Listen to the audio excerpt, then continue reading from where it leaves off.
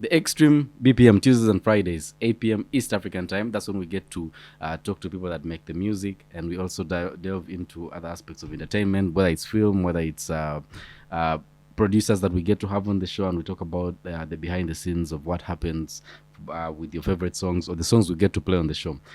Back on the show, we have, I think, of all the people, it's safe to say, of all the people that I've had on the show, you have the most albums out. And Oh, you may be right. Yeah. that Yeah. aside, having most albums on the most albums done for any of the artists I've had on the show, you also probably in the last 3 years, probably close to less than 2 years, you also put out 3 albums. Yeah, Yeah, that's true. Yeah, especially because of COVID, I had the opportunity to sit still for a while and do a lot of recording. It's true. yeah, Yes. and we talked about one of the albums during that time when we were dealing with COVID recovery. So Yes. Natalie Nicole Gilbert is on the show. She has been also you also have history in broadcasting for about 10 years. So what we are doing, you've done that before, and Natalie Nicole Gilbert back on the show. Welcome to the show. Glad to have you on. And another aspect I didn't speak about was you're also a voiceover artist, and you've done that for commercials nationally and for bigger brands, McDonald's and all that. And you also do, film scoring, music supervision, and all that.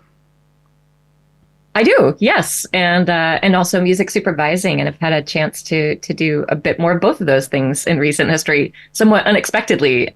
People that I worked with, wow, over a decade ago, and we won't say how old that makes me, have come back to me and said, "Hey, could we use your song for the end titles of this thriller film?" Or, "Hey, could you music supervise this documentary?" And I'm like, wow. I did not expect the end of COVID and the end of the strikes to bring me work from a decade ago, but it's been a little wild and great to see the kinds of projects that are being picked back up. And I'm so pleased and elated to be able to work on these things and collaborate with these wonderful people. I love collaborations like this. Yeah, yeah. I think it's all collaboration with because, like, if you're into music supervision, of course, you're working with people that make the music. You're also probably involved in some of the arrangements of the music you use. And if you are making music, you're also collaborating with producers, and you also write with other people too.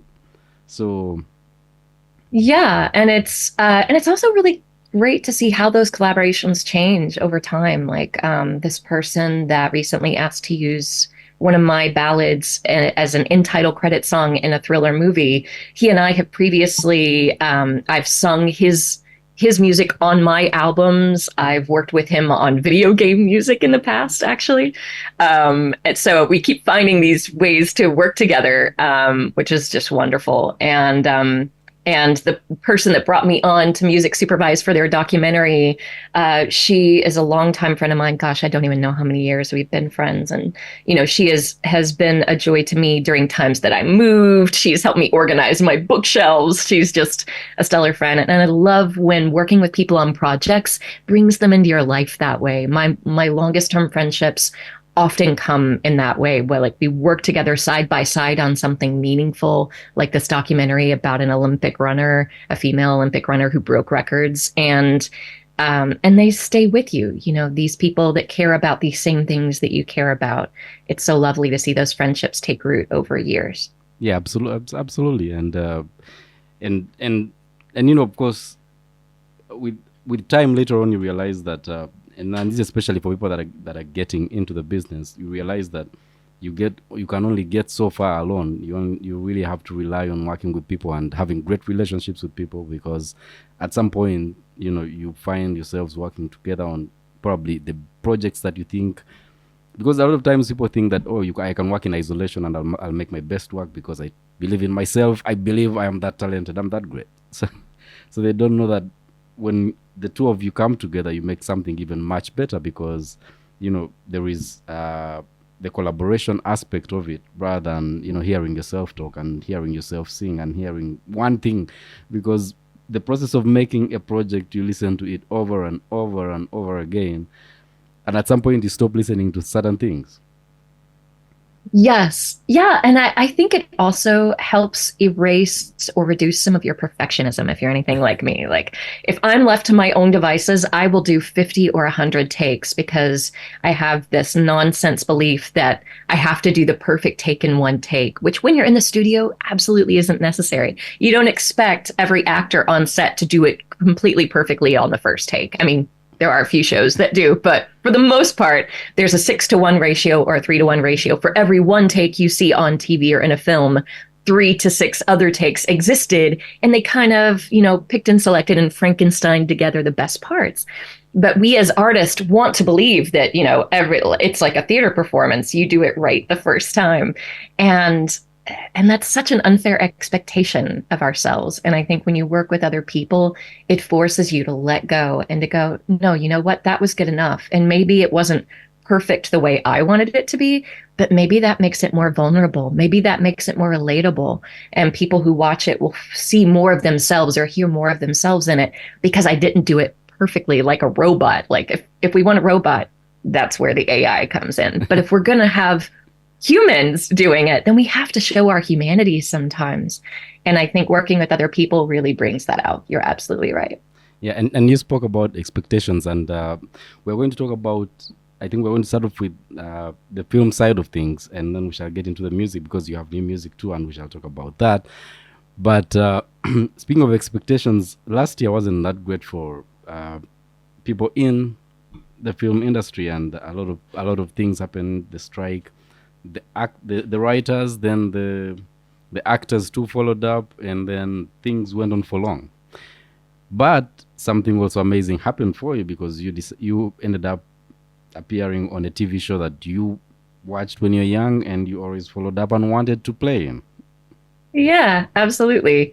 Yeah, it's wild how those things arise in the most unexpected moments. And you're right. I had absolutely had a to-do list. I forget how old I was when I wrote it. I was somewhere between like the ages of 9 and 15, maybe. I had this to-do list. And one of the things was be in a soap opera by the time I'm 30. And we won't say how old I am now. But finally, it happened. I was in one of the soap operas that I watched growing up. And like now that it has finally aired and the strikes are over, I can really, speak openly and say what a joy it was to work on Days of Our Lives. I grew up watching it with my babysitter. I knew some of the characters who were in it back then. And to be on set and have one of those people from back in those days when I was a kid walk up to me after I wrapped and say, "Great job, well done," was completely unexpected. Like, I kind of just expected to come in and do my brief thing and bounce, But everybody on set was so welcoming. It's so clean. I mean, that show has been on the air since 1965, and they have it down to a science. It is a family there. People are not just showing up to work. They're coming in to greet each other, and they've clearly gotten along well for so many years. And, I think knowing that was part of why I expected to be not an outcast, but just like, I'm only there for a day. I'm a day player. Why would you expect to, invest a lot of time in me? But instead, they came to my dressing room to rehearse my lines with me. They were just so affable and so personable, and even following. I've followed a number of them on Instagram since, and every time one of their cast members passes, because some of them are up in years, or anything significant happens, they stand by each other. They clearly are vulnerable with each other. And I just think that comes through in their performances. And I know, like, some people are like, oh, soap operas, they're like one of the lower, disposable kinds of entertainment. But there's a reason that those shows have been around for so long. And they welcome people to look at their lives in a different way and create a backdrop for them while they're getting other things done around the house or whatever. So, I mean, I love that kind of entertainment. People can say all they want about romance stories or whatever, but I think it's a lot of fun. And the people were just such a joy to work with. And as you say, it was something that I'd always wanted to do. It was very odd to do it just before the strikes kicked off, and then have to sit on my hands. But it was a joy. Yeah, it was wild. It was wild. But I would absolutely do it again. They were wonderful people. Yeah, and even it, sometimes when you go a little bit more of what usually is said on social media and all that, with as far as because my philosophy is always, if something is on the air for more than 40 years, now this one is on for close to 60 years, right? Yeah, yeah. If it is on for that long, there is probably something they are doing right. Exactly. Exactly. Yeah. Yeah. Yeah, because And, and I will also say, I think I can get away with saying this, like back when I watched um, it was much simpler, shall we say. But I've seen as time has gone on, the age diversity of their cast, the different ethnicities, the different backgrounds of their characters yeah, have really changed. And I'm so proud of them for making those changes. That is brave for a show that has been on for that long. But they have done what they can to stay relevant. And I think they're going to continue to do that, especially now that they have moved from terrestrial TV broadcast to streaming. streaming. It opens up a totally different vibe for them. And they're not the only show to do it, but I think you're absolutely right. To be on the air for that long, you are doing some things right. And I can say that's true of other shows that I've been on that have a lot of tenure. I've also worked on Grey's Anatomy. I've also worked on For All Mankind. And these are shows, in Grey's case, I was in season 19, and there were people on set, there were background actors on that set who had been there since the pilot, since the very first episode. And it is very rare for a background actor to be able to make a 20-year career out of one show. And for the show to create that atmosphere and keep calling those people back, it also impacts what makes it into the show, the continuity, the cohesiveness of it. And those people are there when the new people come on. So they kind of keep that vibe going for the people that might be there for just a day or a week or a month or one season. So it's kind of like this might be a weird analogy, but it's kind of like, I think they call it friendship bread, where they keep using the yeast from the old batch to make the new one, you know? I am not a baker, so I'm maybe misquoting here, but I think it has that vibe to it, that you keep bringing the good things forward into the next season and the next performance and the next episode.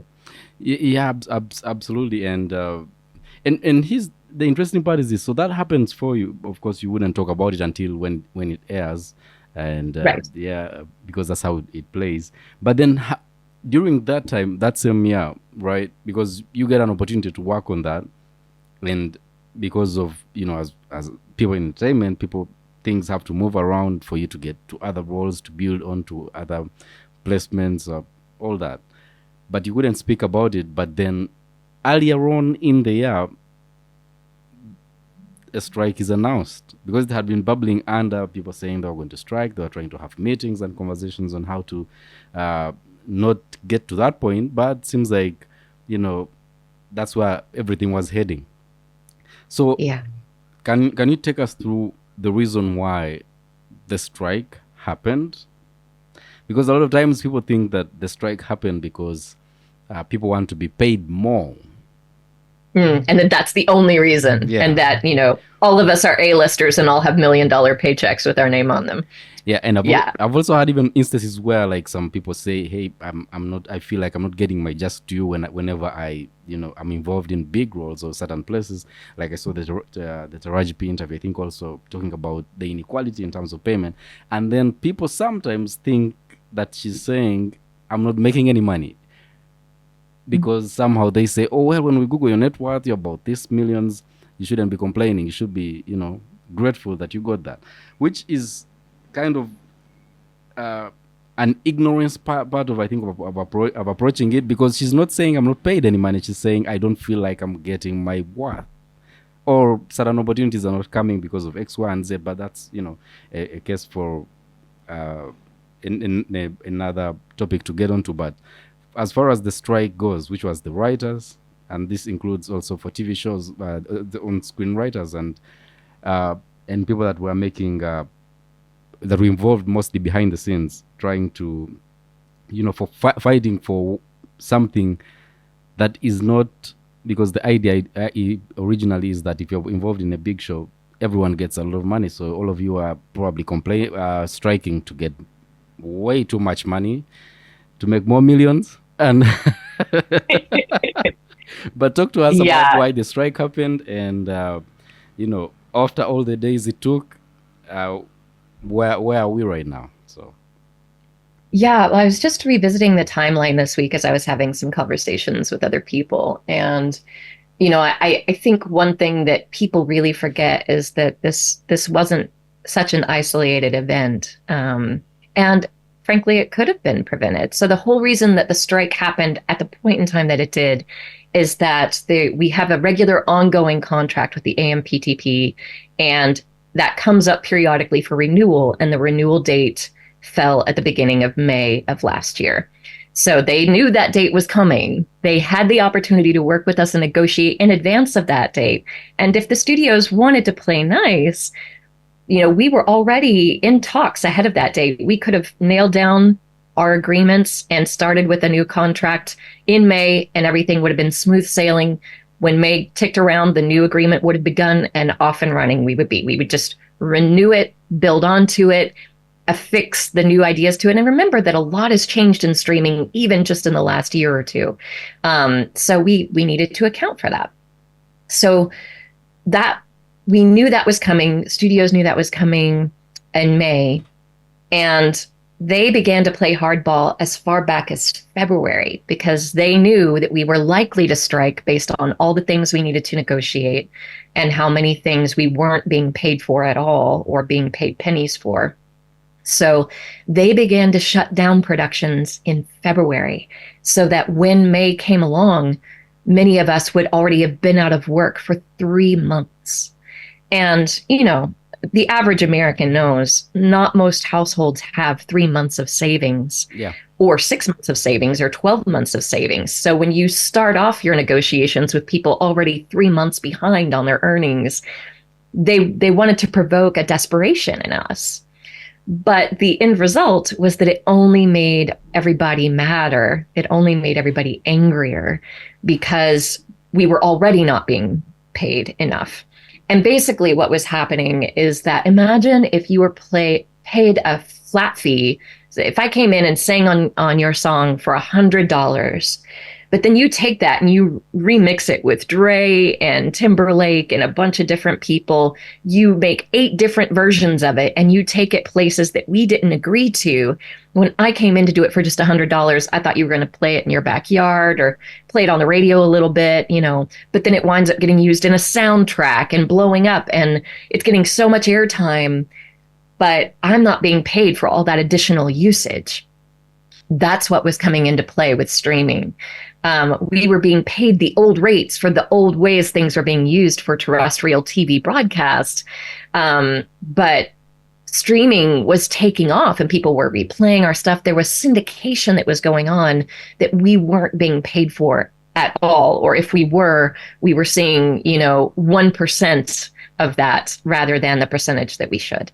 And meanwhile, we were seeing our usual income shrink because things weren't being used the same way. So, if I was used to being paid $100 flat, now I was being asked to take $50 flat, and my stuff was being used more judiciously without my control or my say. And we were just asking them to come to the table and say, look, let's acknowledge how this is really being used now. I deserve more than $100 for this. I have rent to pay. I have a mortgage to pay. And what actors and writers were asking for was not like, I want to buy a second yacht or a second home. We're talking about basic necessities, health insurance, which we have to pay for out of pocket here in America, unfortunately. Things like gas and groceries and medical care for our loved ones. Writers and actors have a right to have children and pets and family, and all of those things cost money. So it's the few at the top who make those millions of dollars are mostly what we call above the line people. They're the A-listers, the producers, but not the people whose faces you see and voices you hear. They are not typically making the millions, even when they're doing multiple episodes. The average episode pays about $1,000 give or take. But remember, we have to sit around and wait to be called in for that. We have to audition for that. We don't know when the next time is coming. Writers, same. Like WGA scale is roughly about $3,000 a script. But that script took them about 2 months to write and working from 5 a.m. until midnight. So, and rent here in the average 1-bedroom apartment is $3,000. So and most writers aren't asked to write 12 scripts in a year. So you're given 1 month's rent money for 2 months of work, and you're not even hired for 12 scripts to cover your rent for 12 months. So those are the basics. It can sound like a lot when you're like, but it's a four-figure amount, and people who are coming into this with their view as a salaried worker or an hourly worker, that sounds like a lot of money, but you have to remember how much time we are spending to create that one episode, the hours we're keeping, the time we're not able to spend with our families, the things we have to say no to. I had to miss a graduation and a wedding last year because I wasn't able to travel. And people don't think about those things. They're like, oh, you must have plenty of money. You can make that work. But also, we don't get to choose when things are scheduled to shoot or record most of the time.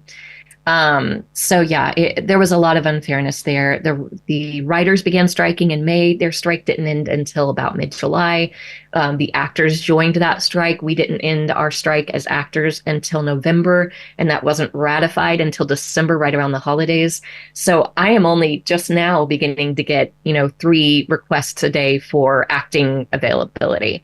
And, before the strikes, I would get 3 to 10 requests for acting a day for auditions, or are you available for this episode, per day. So I am only beginning to get back up to that old level now, a full year later, a full year after they shut down those productions. So I know that's a lot of verbiage to say, like, most of us have been deeply underemployed for the last year. And the thing is, that doesn't just affect the writers and the actors, right? That affects the makeup people, the set dressers, the grips, the crew, the lighting people, every single person. When that show is offline, every single one of them are not able to pay their mortgage. And it's been scary to watch how much people have had to sacrifice. And all of it was down to the studio heads just saying, no, we don't really want to have that conversation yet. We want to wait until you're really desperate. And then when you're 9 months into the strike, we'll sit down finally and see what we can give you. And the funny thing is, at the end of the day, the studios didn't even benefit by waiting that long because, as I say, it just made everybody angrier. It didn't make them any more willing to bend or negotiate. So they really didn't gain any ground. The only way that the studios benefited is that they, because the strike went on for so long, if there were deals that they made that they didn't like, they could use the force majeure clauses in the contracts and say, you know what, we're just not going to do that show. The strike has gone on so long, it doesn't make sense anymore. So we're backing out of our commitments. And they saved themselves some money that way.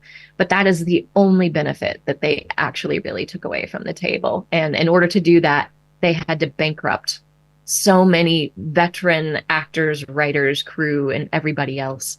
And I think they're going to be paying the penalty for that for the next decade. The strikes may be over, but just like COVID is over, the ramifications of that, the ripple effects of that are going to be going on for years. Yeah. There was also another point of contention, which was AI. Yes. Yeah. And a lot of that was down to the same thing. Like, even for background actors, they wanted to scan the performers one time, call them in for 1 day of work, and then use their image in perpetuity. And not even for just that show. You could come in day 1, Grey's Anatomy, be scanned, and then they could use you for the next 20 seasons. Well, that's not right. You should be getting that 20 years of work. But then also, technically, once they had stored your image, you agreed to be a patient on Grey's Anatomy. Oh, but you know what? We're going to shoot this thing about Nazis over here. We're going to use your image and make you a Nazi. You didn't agree to that. You're not okay with that, but you have no say, according to what the studios wanted. They wanted to be able to just use your image in perpetuity and only pay you for 1 day of work to do so. And I mean, you can see there's so many problems with that, but most of all, that you are not being paid for work. And if you do that on enough different shows, where are you going to get new work anymore? That's kind of like recording your voice as a vocalist, and then every artist everywhere can use your voice, and you're not being hired for anything new. And I mean, I know it's harder for people that work in an office or a factory to understand that, because you can't replicate answering phone calls or, turning that wrench on the car factory line quite the same way yet. But I mean, in some ways, that is beginning too. More and more, we are seeing that even some of those office jobs and even some of those factory jobs are starting to be threatened by AI. So this is not our fight alone. We may be on the front lines, but eventually it will be affecting many more industries and many more people. So it was that same idea of not being appreciated and compensated for the work that we were doing, and keeping their promises to us. That's the big piece of that pie. Yeah. So that went on for quite a while, more than expected, because when I started seeing announcements for pickets and all these things in different places, I thought that maybe this people will come to a table. These are not hard to understand. People are not asking for millions and millions of dollars. They are just asking to make ends meet and make sure they keep their health insurance and all that. But then it kept going on, and we went on for days, months. Actors joined in, and then still there was no change. And at the end of the day, we get to hear that there was a meeting, that an agreement was reached, and I think that was around September. I think. Mm-hmm. Yeah, I think it was around September. They began some talks around then. They didn't make their final compromise and agreements until November for the actors. For writers, it sort of wound up in July, which at least, got the writers back in the room to start writing the episode. So when the actors stopped striking, the scripts would be ready. But it was a very slow process. Yeah, very, very slow. So when the writers' strike ends, what brought them back to work? What terms were agreed on, and what was the path forward? Finally, they basically agreed to everything the writers had been asking for from the beginning, which is, participation in the streaming in a way that was more or less equal, as equal as it could be to what they had been getting on the terrestrial side. Because, when streaming began, a lot of the early contracts were spoken of as new media. Streaming was just beginning to take shape. And in the early days, a lot of the companies taking that risk couldn't predict how much people would watch things on Netflix or Hulu or all of these things. And then as each channel developed their own platform, like Paramount and Peacock, they claimed, oh, well, we're still getting this off the ground. It's still sort of taking shape. We're in the red. We're not making the amount of money we're putting into this. And it's like, okay, well, there comes a point where this is the new norm now. We can't keep calling it new media when now everybody is watching the show online. Everybody is watching it on Roku or Apple TV or Kindle Fire. Like, this is the new norm now. So we can't pretend that you don't know the numbers, when in fact, and here's the really funny thing about this, which you may know, in the terrestrial days of regular TV broadcast and regular TV, we had Nielsen ratings and Arbitron ratings, right? And those were estimates. They would go into people's houses and put this little box there to measure what TV they watched. And they would extrapolate and say, okay, well, these 1,000 people we surveyed represent about 1 million people. So whatever those 1,000 people watch in a variety of different places, different ages, different households, we'll assume that represents 1 million people. But then when you shift over to streaming, there's no estimates. No. It's all real data. Yes. They can know exactly how many people are watching at any given time. Now, granted, they might hit play and walk out of the room, but you can see exactly how many users are watching that thing, streaming that thing. So there's no more estimation. And they were pretending that there was. Oh, we just don't know those numbers. We can't predict.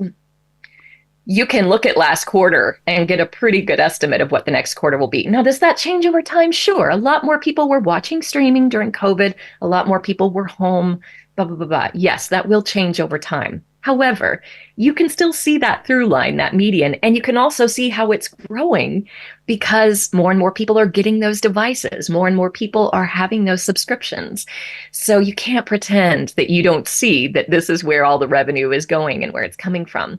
And if, as the studios were claiming, they're putting more money in than they're getting out, that's on you to be better budgeters with your money. You can see what the trend is on the backside. So start spending a little less money on your locations, but keep spending money on your people, because those are the people that are making you that money. If you don't have the writers and actors, baby, you don't have a show. You know what I mean? You can change locations. Don't shoot in the Palace.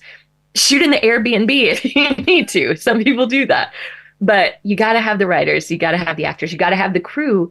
And at the end of the day, you want people who have been doing that for a while. There was also taught, well, we'll just get rid of the union writers. We'll bring in the non-union writers. We'll get rid of the union actors. We'll bring in the non-union actors. But there's a reason those people are union. They've been doing this for a while. They know how to get the job done. You need to do something in 3 takes. You think the person this is their first day on set is going to be able to do it in 3 takes? No. Mm-mm.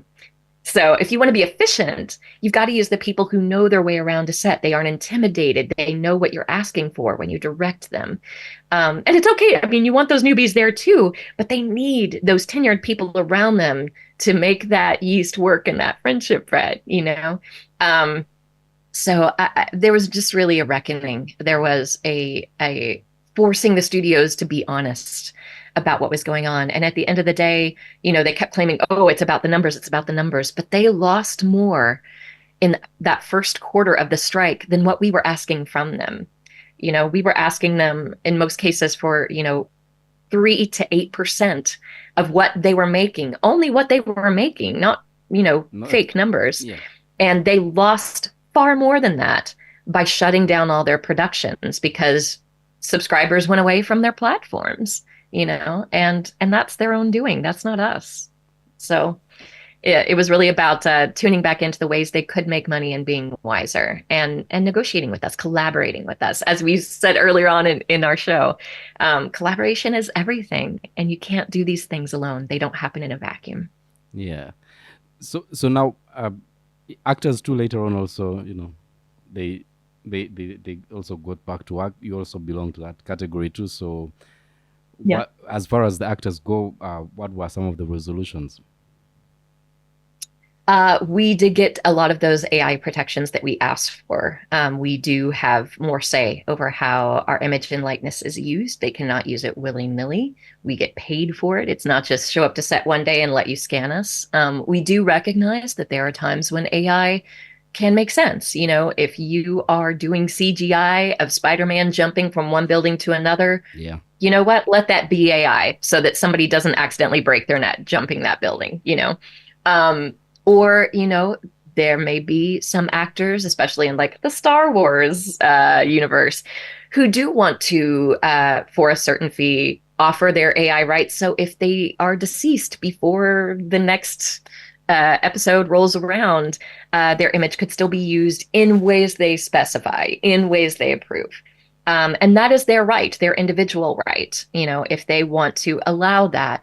But that needs to be a negotiation made with that independent performer. And so that's kind of what we brewed into the new agreement, that we're not unwilling to have the conversation, but be realistic with us and give us control over how our own image, our own voice, our own name is used. And that's tale as old as time, something that's contractually been ours to offer. Name, image, likeness has been in contracts forever, and we always have to give you permission to use that.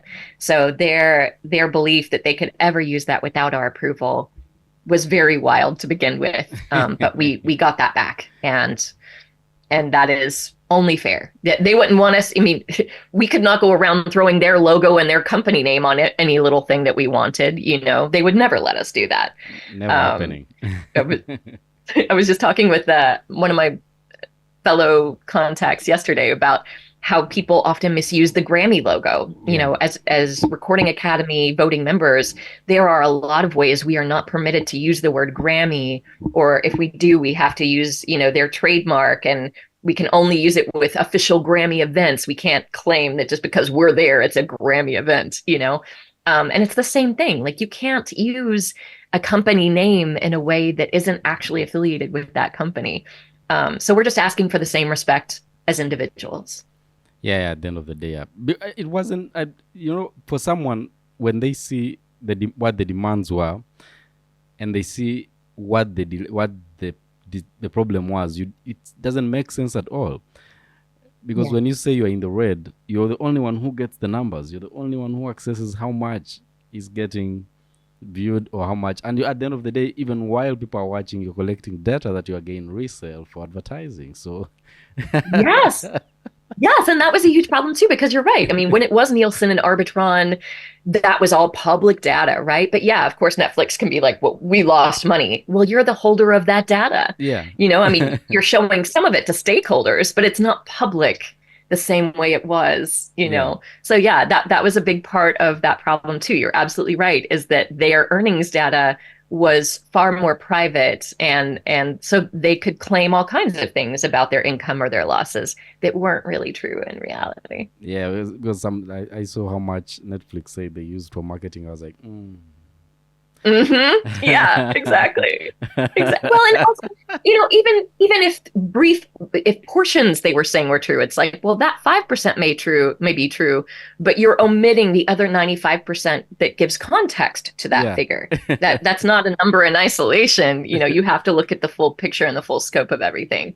And there was a whole lot of avoiding that and omission as Yeah, well. yeah, a lot of it. So that's why we kept wanting them to come to the table. But for so many days of the strikes, hundreds of days of those double strikes, and it is the first time we've had a double strike since the 60s, as you may know. For so many of those days, they simply would not even show up in the conference room to talk with us. Oh, yeah. They just thought the longer that they delayed things, the more we would capitulate to them. And at the end of the day, we absolutely didn't. We just didn't. And we were never going to. And the fact that they were naive enough to think that we ever would, it's sort of like, well, we'll bankrupt you, so you'll be forced. And it's like, people were already bankrupted because you had already reduced their pay from a livable wage down to 20%. Taking away that other 20% doesn't make them more desperate per se. They were already unable to pay their bills. Yeah.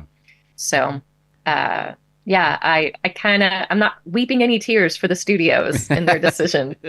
But I will be really eager to see how this changes things going forward, because something else that I've also been saying this whole time is that I'm really worried that because the strike went on for so long, that we are going to lose some of our most valued people in the industry at every level, above and below the line. I think it's going to be, and we may not fully realize this until, the next 5 or 10 years, but I think it's going to be a lot like that plane crash in the 70s that took out the entire North American Olympic team. Where so many people during this last year have had to throw in the towel and say, well, I can't stay in entertainment anymore then. I have a family, I have kids with mouths to feed. I want to be able to pay for their education. I need to be able to keep a roof over my head. So many people had to jump ship. And just because the strikes are over doesn't mean all those people can come back now. They've Yeah. committed to other things. They've moved to other cities. Some of them retired early. And just like it did with that Olympic crash, that's going to mean all the people replacing them, a lot of them are very green, and they're going to make a lot of mistakes, Yeah. and that's so unfair to the people left behind in that wake too. Yeah. It's like, if you this is why you don't put all the royalty on one plane. If all the management people at a major company were wiped out in one day, all died on the same day, suddenly all those people that were slowly, being groomed to be managers have to all rise to the occasion right away, abruptly, maybe before they're ready. And that's going to have some ongoing impacts too, in ways that we can't fully even understand today. So I'm a little worried about that, to be honest. And it's hard to know just how dismal that's going to be. But I think viewers will see it in their favorite TV shows, as some of their favorite actors don't come back. Just like the people who were all up in arms about only 2 actors being in that poster for that show that I won't name.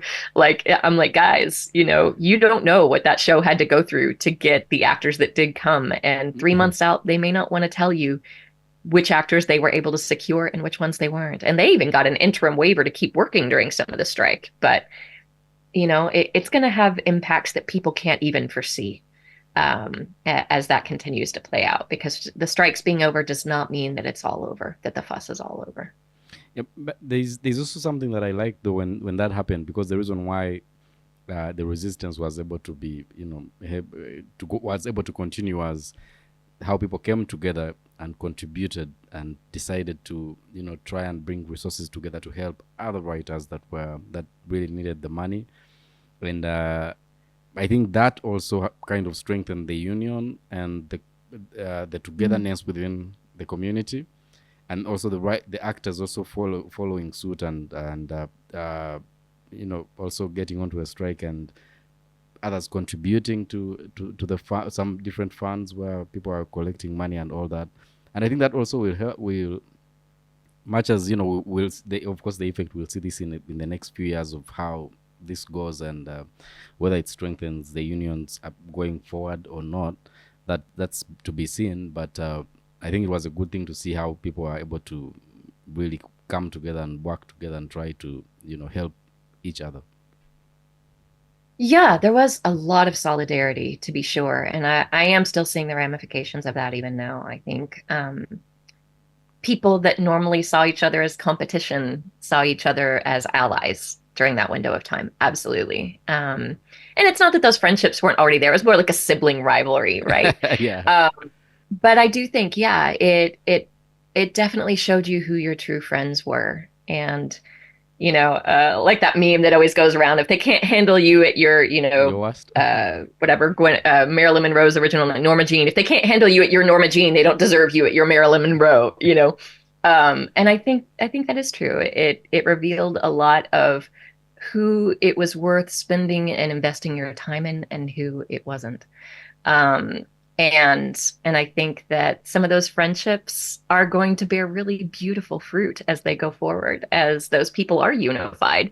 And to be really candid, I also hope that it means that the union considers some changes, because at least like on the SAG-AFTRA side, I think it's pretty public knowledge that in order for us to get health insurance through the SAG-AFTRA union, we have to make a minimum of $26,000 a year in acting in order to get our health insurance here in America.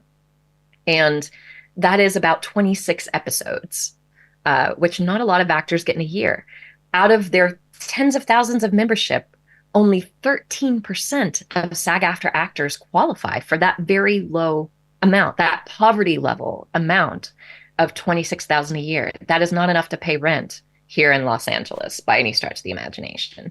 In fact, I'm very sad to say that landlords here now require that you make 3.5 times your rent before they'll even let you sign the lease, which is Brutal. astronomical. And I have lawyer friends who don't meet that threshold. So it's a wild time here. And I think a lot of the unions, the companies, and maybe even the housing, hopefully, will have to start adjusting their view on these things. And I would like to see the unions say, you know what, we recognize all of you did not have work for the better part of the last year, so we're going to lower that cap to 13,000 for health insurance, or something that's more doable. If only 13% of your membership meet that criteria, maybe it's time to change that criteria. You know? Absolutely. That 13%, you're not even making a quarter. Yeah. And that's annual, and they also, in recent history, around the time of COVID, I think it was, they changed the rules so that your residuals could not apply toward that amount. So if that was syndication money, that 26,000 had to be pure income coming from being on set. And as you can imagine, there are many older actors who make most of their income from their shows still broadcasting. You think those friends might not be the best one to look at, but people who are less famous, whose names you may not know, but faces you certainly would. People who are recurring on SVU over the years make a lot of money from residuals. But if that money doesn't qualify them for health insurance, and heaven forbid they have cancer or something that prevents them from being on set, then how are they supposed to make that $26K just to maintain basic health insurance? And this is why a lot of them have had to go seek occupations elsewhere and might have left the acting sphere forever or crew sphere forever, you know, and I hate to see that. Talented people should be able to continue to make money professionally at what they do and love. Yeah, it's a tough thing. I think real. Yeah, the problem even only comes in when it's 13% that qualifies. That's an indication that there should be some revision done on what the cap is, as far Yeah. as the members go, because 13% is you're not if you're not even making it to a quarter of that. Really, Yeah. that's way Yeah, less. exactly. And if you need to adjust, you know, if you need to say, well, if you get 13,000 a year, you can have this other health plan, you know, like you can create different levels, but to say that you have to make that much before you can even come to the table, yeah, exactly. When not even a quarter of your membership qualifies, that's a big problem. That's a big red flag. And it, in my humble opinion, and I know I'm saying this as a SAG-AFTRA member, but it means you're letting your membership down. The Yeah, whole reason you exist as a union is to support your members. And when you're failing to do that for 87% of them, yeah, maybe you're not helping your members as much as you think you are. yeah. You're definitely not at that point. So now we look forward, of course, to what happens this year. I know since they're back, so you know there's the writing side of things, the acting side of things, music supervision side. The last project you were part of was the Modelizer. Uh, I music supervised for that. That was during COVID. That had a bit of a delay. I think I did that toward the start of COVID, and it Mm. premiered just as COVID was sort of ending. I'm also music supervising a documentary now. I don't know if I can say the name just yet. It's about to go into film festival circuits. And I also had one of my songs picked up for I think I can say Lifetime film, but we don't have an air date for it yet. So I don't know if I can tell you the title, although if you do a bit of Googling, you can probably figure it out. Um, and and I also just released in collaboration with David Vito Grigoli and Lisa Coffey a new age pop track, a single that I'm featured on called "Listen."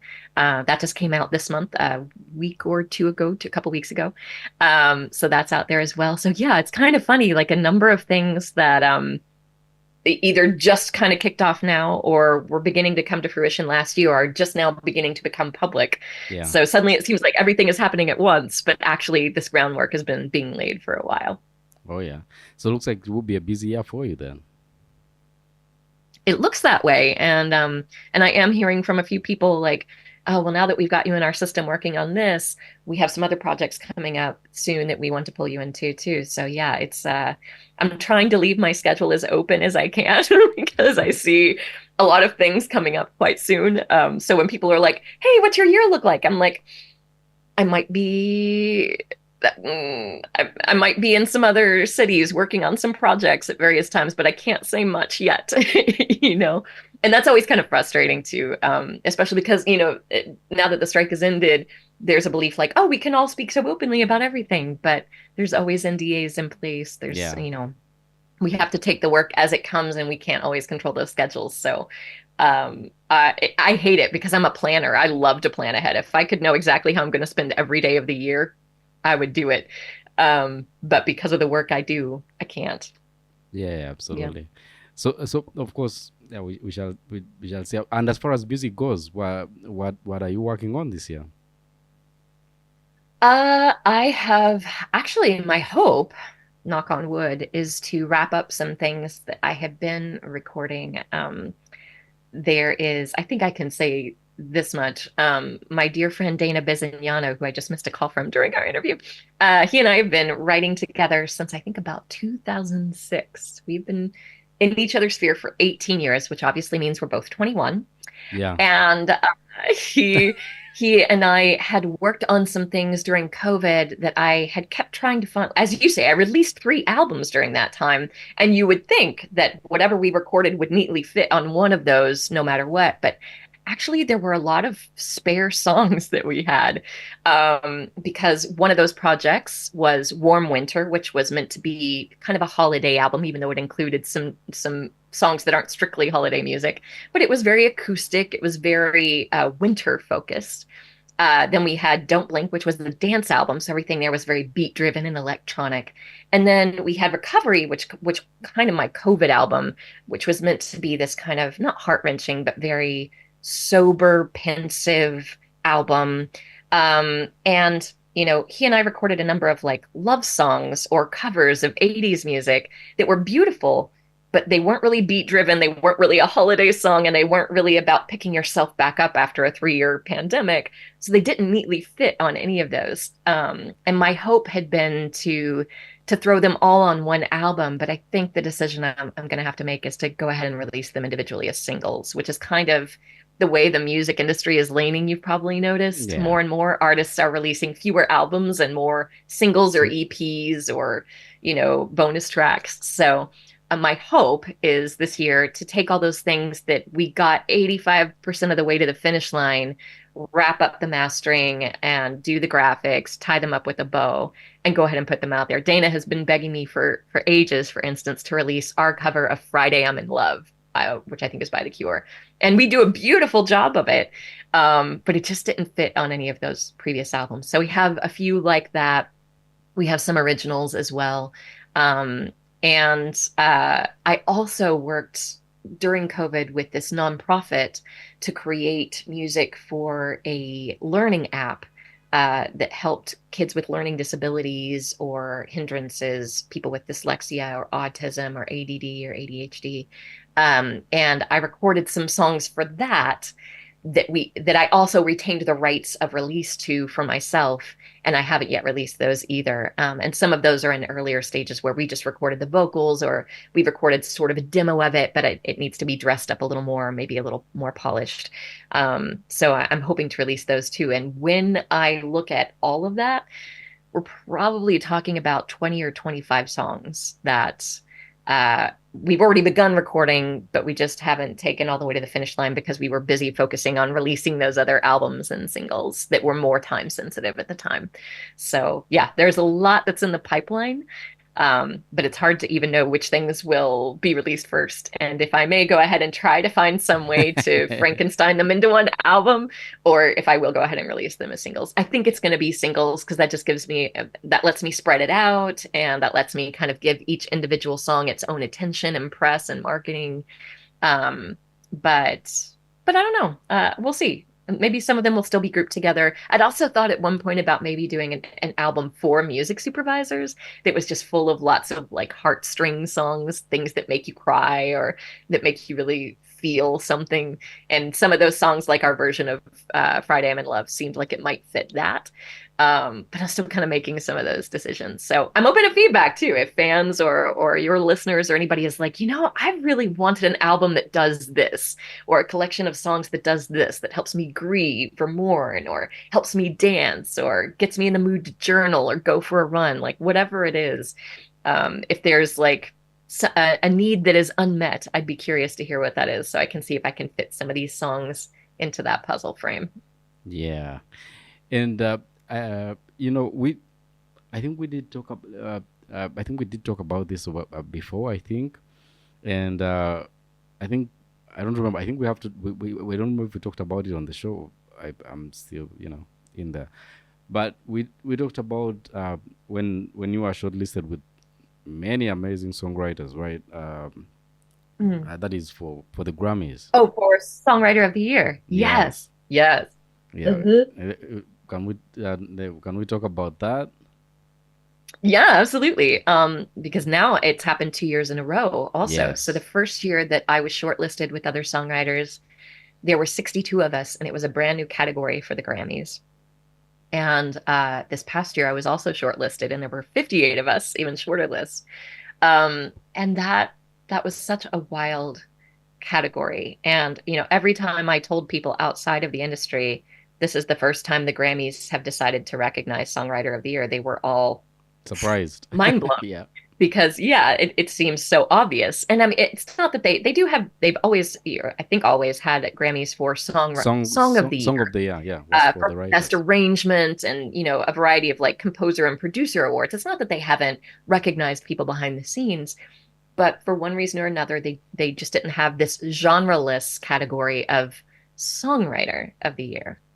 And their criteria for this category was so specific. In order to qualify and make that short list, you had to have at least five, but as many as nine songs that were released for the first time in that Grammy year, which typically runs from about this past year, I think it ran from September 15th of 2022 to October 1st of 2023. That is roughly the cycle. In some years we've had a 13-month year, and some years we've had an 11 and a half month year, because the powers that be decided that. So it has to be released in that particular window of time. It cannot have been released before. It must be an original song, not a cover. But also, and this was the kicker that really prevented a lot of people from being on that short list, you, the songwriter, cannot appear or be credited as anything but songwriter on the first five songs Mm. that are submitted. So, thankfully, over the last couple of years, I have had a number of collaborators that recorded my work. And it has been work that was all over the map. I think the first year that I made it through in eligibility to that short list, my five songs included a Celtic song, a piano ballad, a blues song, a dance track, and I forget what the other one was, Americana, maybe. And then the second year, if I'm not blending the 2 years together in my mind, I think it was a jazz song, another piano ballad that was almost musical leaning, Americana. I think there was another ballad in there, and was there another dance track? I forget. The 2 years do blend together in my mind, but it was totally a genre span. And at first, I told my producer, I said, I don't know, is that going to work against me? That it's not all like pop or all country or all rock. And he said, no. I mean, I think that shows your spectrum, that Yes. you can write in a variety of these different formats, which I do like. Like I prefer to work in more than one genre. But I do think that a lot of the people that made it through to the nominations and winning the award were the people that tend to write just in R&B or just in rap or just in, or one Genre. specification.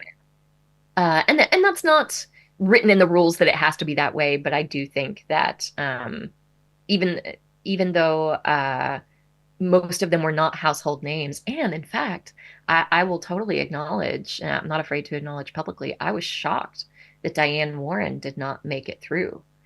She was shortlisted with us in the 58 people this year, and somehow she was not one of the five nominated. And Diane Warren is a household name. She's written with Lady Gaga.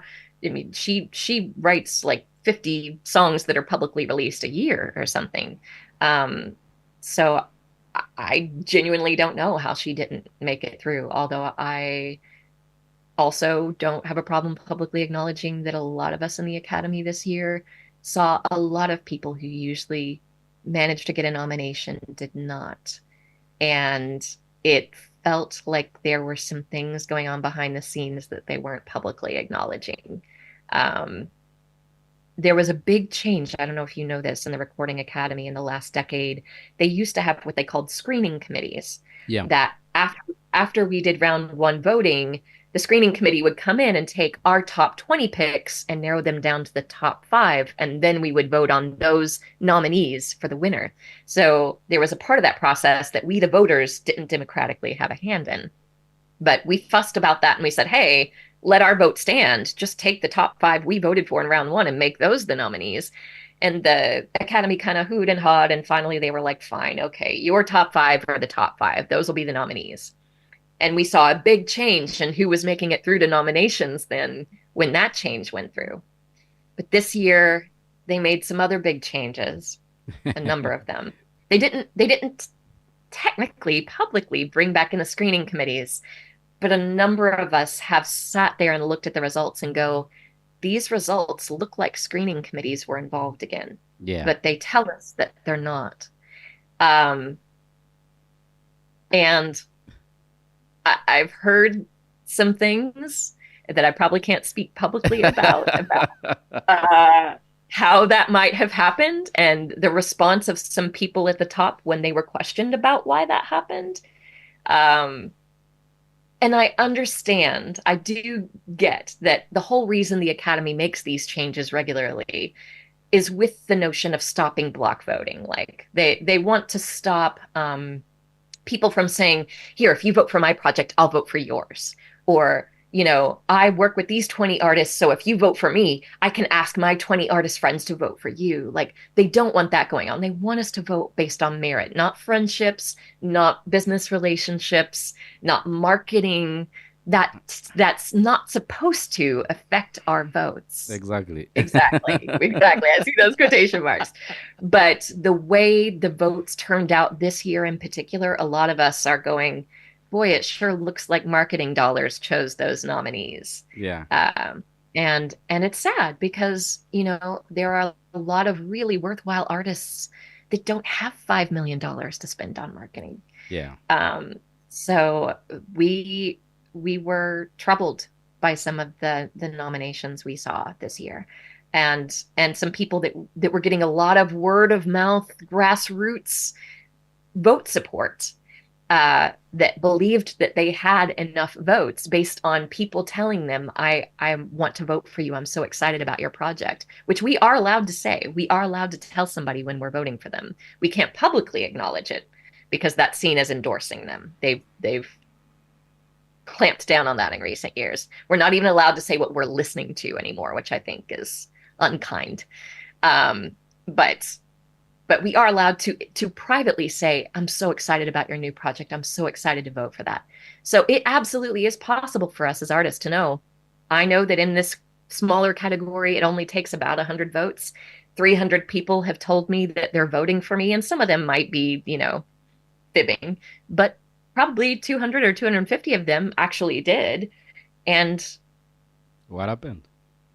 yeah, yeah. And I don't think that people who are asking those questions are unjustified to ask. If something is going on at the Academy where they're refinagling our votes and they're not taking our top five as our top five, then we, the voters, should be aware of that. And maybe I'm wrong. Maybe there's something else afoot, or the things that we have heard on the ground I know in the exactly what field. happened. Yeah, but I have a feeling that something is amiss. And that's not because I didn't make the nomination. Like Diane Warren, a lot of people I voted for, that I know I voted for, didn't make it through. And I know a lot of my peers also voted for them, but they didn't make it through to nominations. And that happens sometimes, but A lot most of years, I times. would say 20% of the people that I vote for wind up going through to nominations. Not all, but a high percentage. This year, it was about 2%. It was a drastic reduction.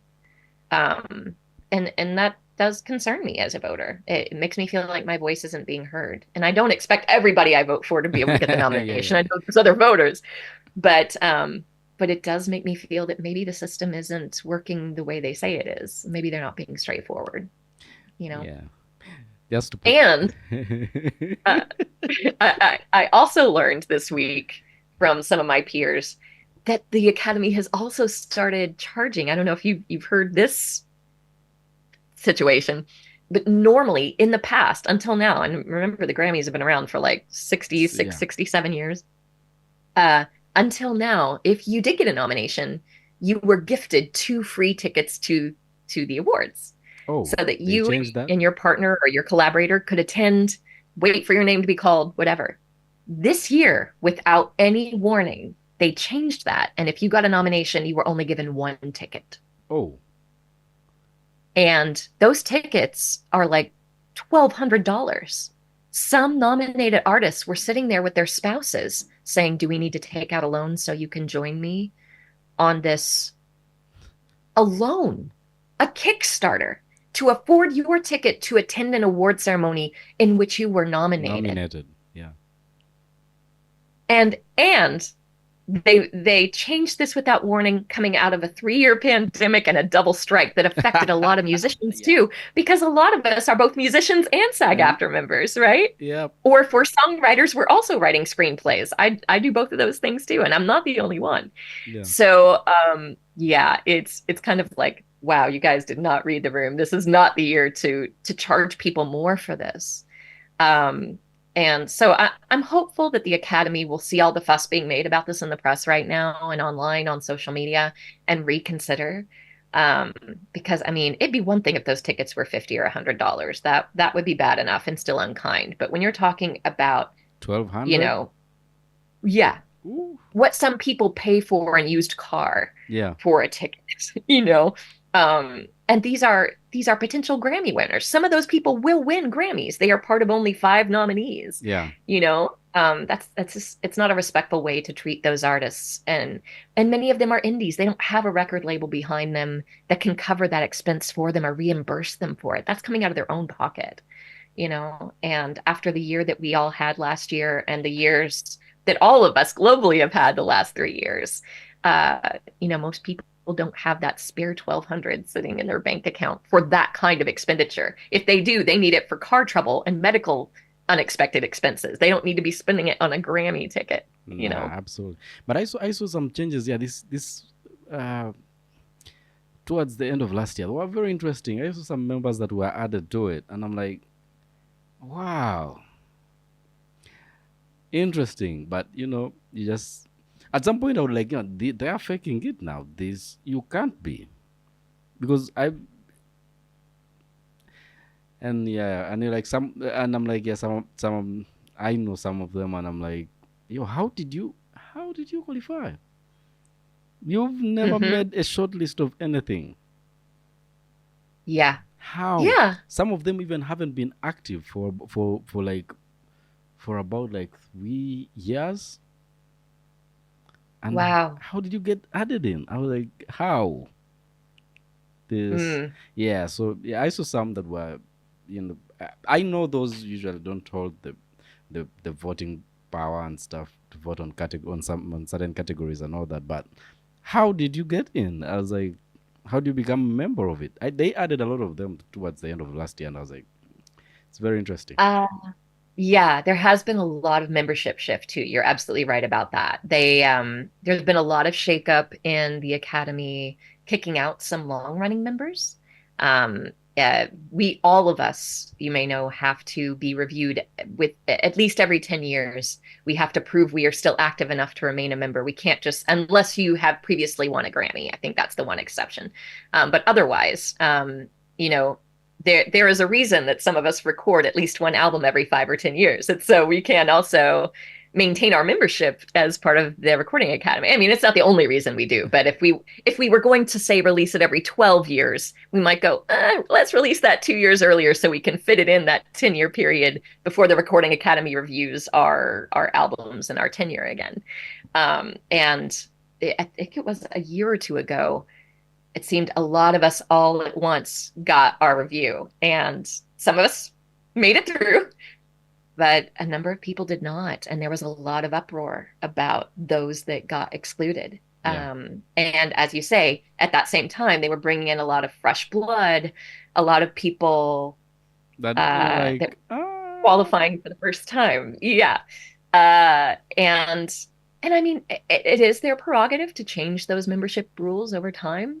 Um, but I mean, you always hope that they will be very even-handed in that, and also that bringing in new blood doesn't require kicking out old blood all the time. no. Like you can have both things can be true at the same time. Like Yeah. ideally, especially for an organization that appears to be hurting for money, if they're now charging nominees for tickets, I'm just going to say that real like it is. If you're suffering from a lack of revenue because of COVID and whatnot, why not add to your membership? Why are you kicking members out who Yeah. pay annual dues? It's $150 a year to remain a member of the Recording Academy. They just upped that this year too. Previously it was 100. Starting this year it became Uh-huh. 150. So, clearly they're trying to bring in revenue where they can. So, why not keep every member? I mean, unless they've done something that's like if you have proof that they've faked votes or something, like if they have a genuine reason to be kicked out, okay, bad behavior is bad behavior, you know. But you know, why not let them stay? Yeah. And just keep bringing in the new people who also qualify legitimately.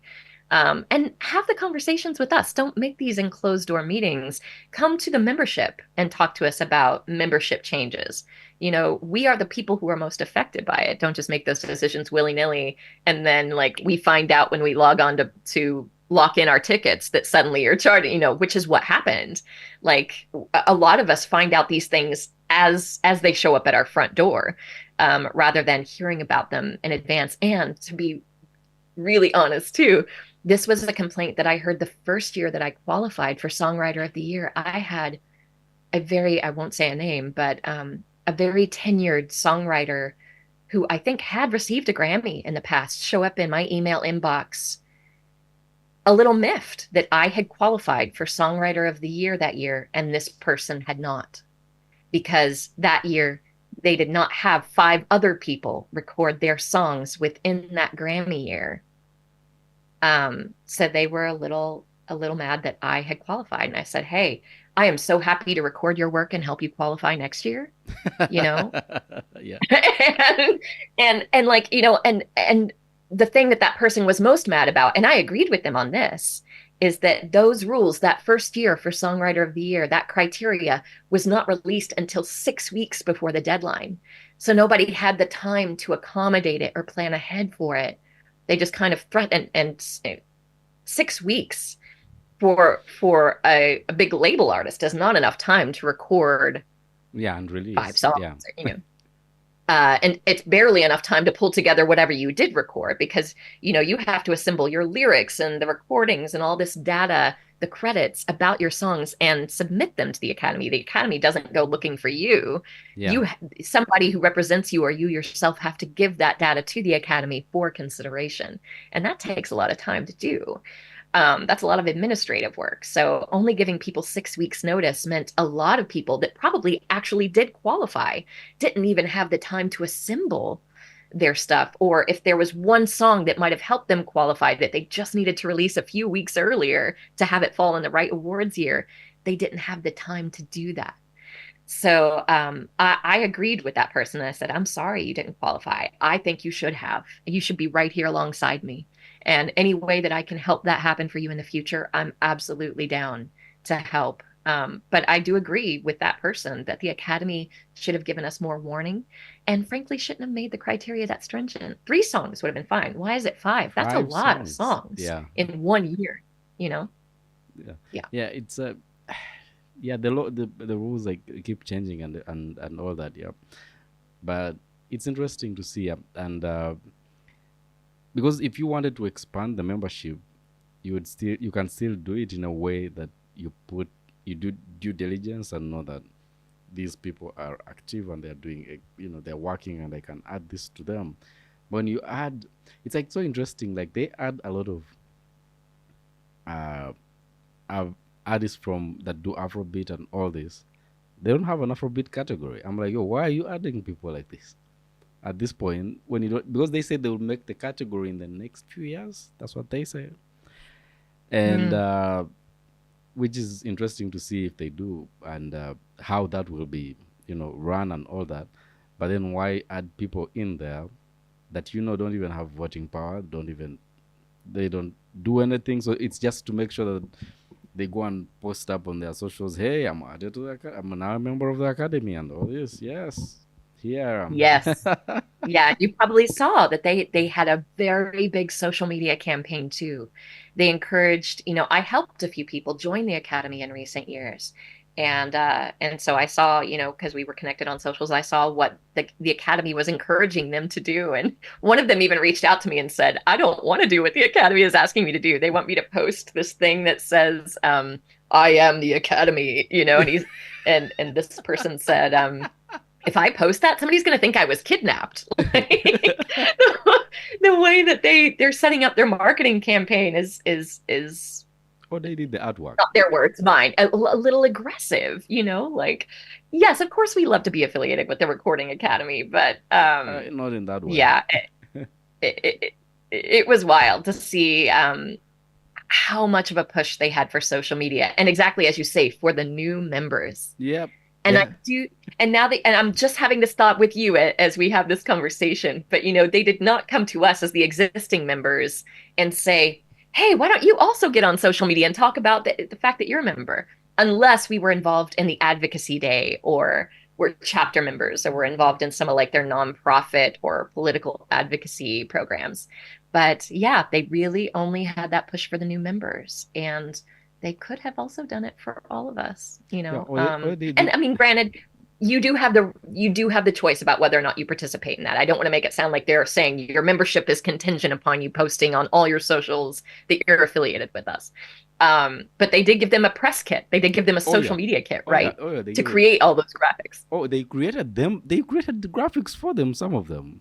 Yeah. Yeah. Yeah. Oh yeah. We basically the way that they did it is that you upload like your headshot or an album Yeah. cover or whatever, and then they integrate it into their graphics in this generator that spits it out for you.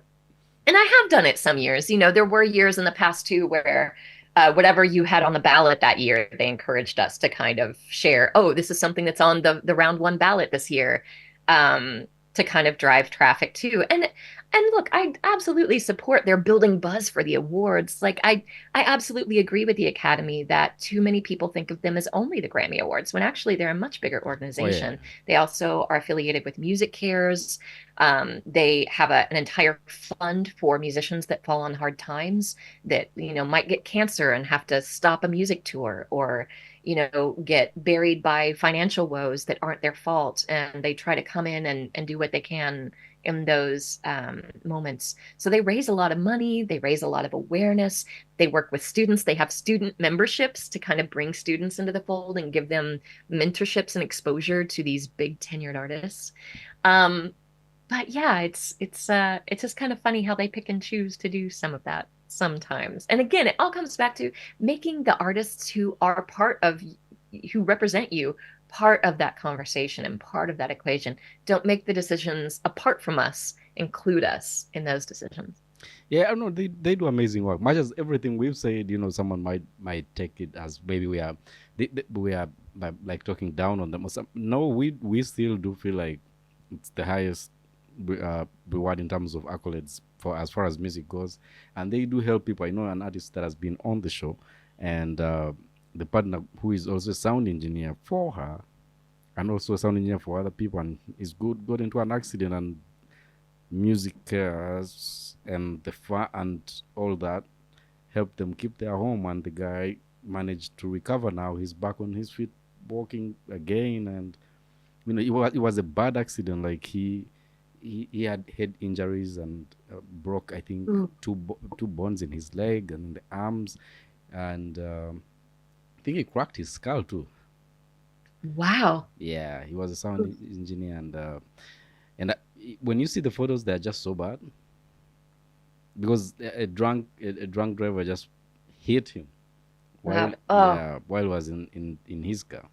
And if you see the car, you can't think someone came out of it alive.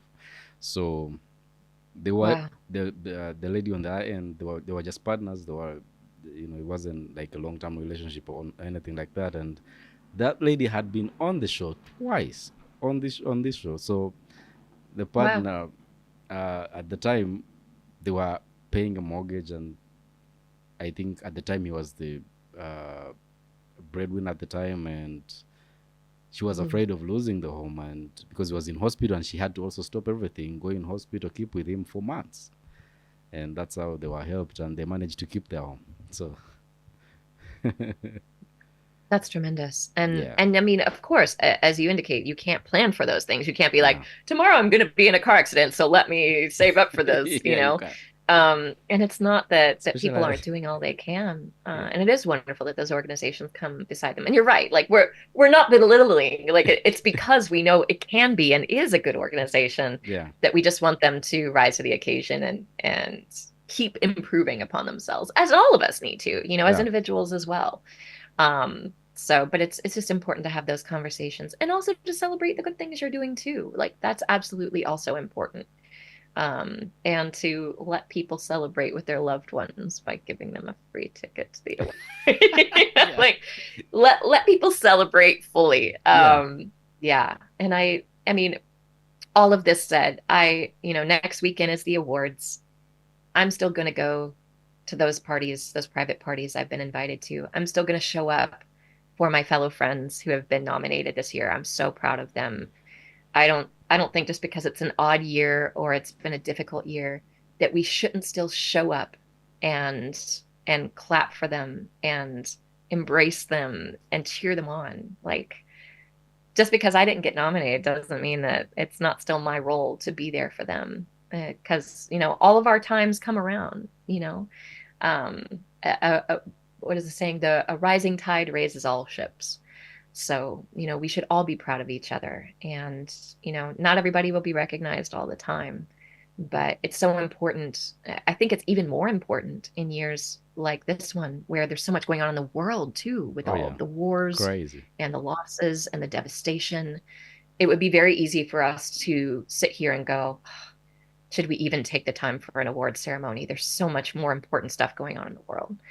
Um, but these are the reasons that this is the life that we're trying to protect. Our humanity. Our humanity creates, our humanity breathes art and expresses itself.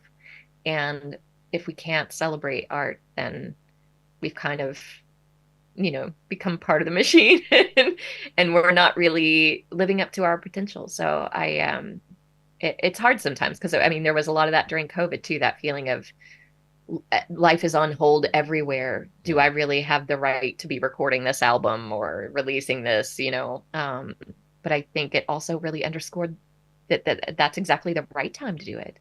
That's when it's most needed to meet people where they are, to give them that soundtrack for grieving or feeling, or give them a moment of joy to dance around their living room while they're doing their laundry, because life has to go on. We have to keep feeding ourselves and getting sleep and taking care of ourselves and our loved ones. Yeah, and you have to play the role that you know how to play best. Everyone plays their part. So, with as far as musicians, art people that are the creative people, you know, they do stuff to bring happiness to people elsewhere. And at the end of the day, they have to find their own happiness somehow, either doing it, or while watching other people enjoy what they created, and that gets back to you. And at the end of the day, I think that's the role that each one has to play, as far as you know going through the cycle of life, and and how you decide to live it at the end of the day. Absolutely. Yeah, you have to keep going. And I mean it that doesn't mean that we can't pause sometimes or that some things don't deserve that moment of silence, but I think we also honor people when we continue on. Absolutely. Yeah, and thank you so much for joining us today. But much as you aren't nominated, I still celebrate you because you managed to make it through to the last 58. When you Thank look you. through those names on that list,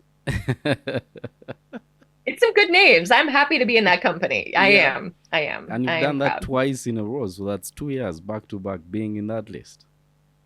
That's true. That was Yeah, no small feat. You're yeah, really right. yeah. So still, me, I celebrate that. I still want you to. I still want to see you nominated. Don't get it twisted. I still want to see you nominated. That's why you do what you do, and you manage you are able to get involved in all these different genres of music that you, whether you sing or create or help create with other people. At the end of the day, yes, the nomination is good, the winning is good, but being in that company, That's yeah, tremendous. that's tremendous. There are a It lot of is. there are like amazing songwriters that got nominated this year that never were nominated, but they have big songs that that have been everywhere for over years, and they just managed to Yeah, get the nomination now. absolutely. And I mean, we were talking this week with a couple of my guy friends about how those nominations sometimes are cumulative. Like even in the Oscars, people people know they should have won this year, but then they kind of end up winning the next year Yeah. instead for a different project that maybe wasn't actually as good, but it's kind of a belated award for the other thing. Yeah, absolutely. Yeah. We do see a lot of that, but it is, and you know, like my hope is also always that even in those short lists, that people are taking the time to look at those people who didn't quite make it to the nomination. And I'm not just speaking of myself, but the other people, you know, because as you say, there are a lot of amazing names on that list who deserve people to Google them and listen to their work and collaborate with them in other ways. So, you know, being on that list at all is amazing. It really is. Yeah, it is. And thank you so much for uh, coming on the show. And it's always a great time. You know that I do appreciate you coming on, and it's always good to have a conversation with you. And we are definitely going to close up with the new single, right? Yeah, absolutely. I will absolutely close out with a new single. It's always so good to see you, Mark. I love talking with you. I love every time we get to get together, and I will always keep you in the loop about what's going on. I do appreciate that, and thank you so much. The Extreme BPM happens Tuesdays and Fridays, 8 p.m. East African time, so you can check that with your time. And but if in case you miss any of the conversations, they're always available on any podcast app of choice. Just search for the Extreme BPM. You'll be able to listen to any of the conversations we had on the show in case you missed them live.